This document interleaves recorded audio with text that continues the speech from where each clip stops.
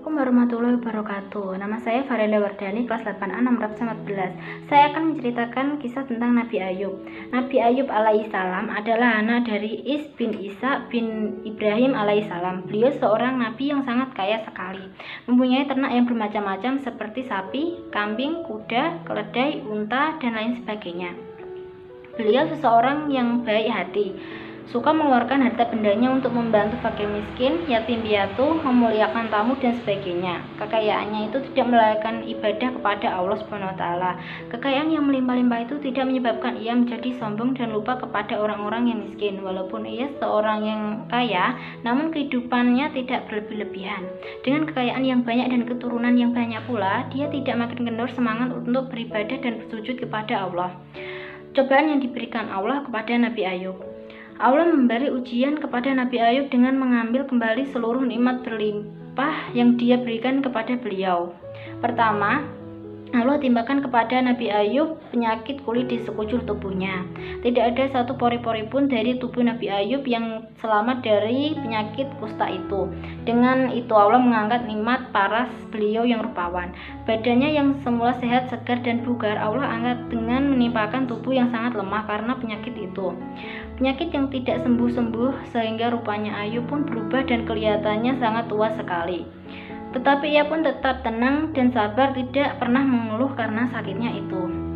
Anak-anak beliau pun Allah ambil semuanya, meninggal dunia. Tak sampai di situ, harta Nabi Ayub yang berlimpah dan semua ternak juga Allah tarik kembali. Nabi Ayub pun jatuh miskin, ditambah dengan kondisi penyakitnya, semua orang menjauhi Nabi Ayub. Nabi Ayub pun mengasingkan diri ke suatu tempat. Hanya istri beliau yang setia menemani, juga dua sahabat yang selalu mengunjungi. Walaupun ditimpa berbagai musibah, dimulai dari kematian anak-anaknya, hilang seluruh harta benda, penyakit yang tak kunjung sembuh, Nabi Ayub justru menghadapi itu semua dengan penuh kesabaran. Pada suatu hari, istri Nabi Ayub enggan melayani suaminya. Nabi Ayub menjadi marah kepada istrinya dan berujar, "Jika aku sembuh pasti kupukul 100 kali." Dan Nabi Ayub berdoa kepada Allah sebagaimana tertera dalam kitab Al-Quran. Ingatlah ketika Ayub menyeru kepada Tuhannya, "Ya Tuhanku, aku dapat penyakit dan cobaan yang disebabkan oleh setan." Quran Surat Sad ayat 41. Tuhan memperlihatkan keimanan Nabi Ayub yang tidak sedikit pun bergeser walaupun musibah dan cobaan bertubi-tubi, sehingga setan menjadi kalah dan tidak berdaya. Sewaktu Nabi Ayub berdoa minta sembuh, Tuhan berfirman sebagaimana tertera dalam Al-Quran, "Hentakkanlah atau injaklah dengan keras kakimu ke atas bumi, niscaya terbit di sana mata air yang sejuk, maka mandi dan minumlah, lalu sembuhlah penyakit."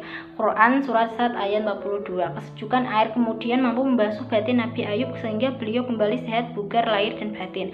Kekuatannya pun kembali pulih, bahkan seperti tidak pernah sakit. Saat beliau hendak menemui istrinya, sang istri sempat tidak mengenali Nabi Ayub, walaupun Nabi Ayub tampak sama seperti beliau sehat dulu. Nah, setelah Nabi Ayub sembuh dari penyakitnya, kemudian Nabi Ayub ingin melaksanakan janjinya untuk memukul istrinya 100 kali. Maka hal itu diperbolehkan oleh Allah sebagaimana firman dalam Al-Quran, "Ambillah sekerat kayu dan dengan tanganmu lalu pukullah istrimu dengan itu, maka tiadalah kamu melanggar sumpah. Sesungguhnya kami mendapat Ayub itu orang yang sabar, dia sebaik-baiknya hamba yang dan banyak bertobat kepada Allah." Quran Surat Sad ayat 44.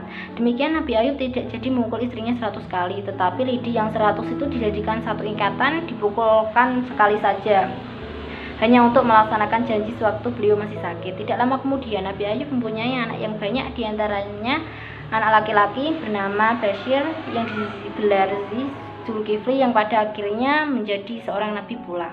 Wassalamualaikum warahmatullahi wabarakatuh.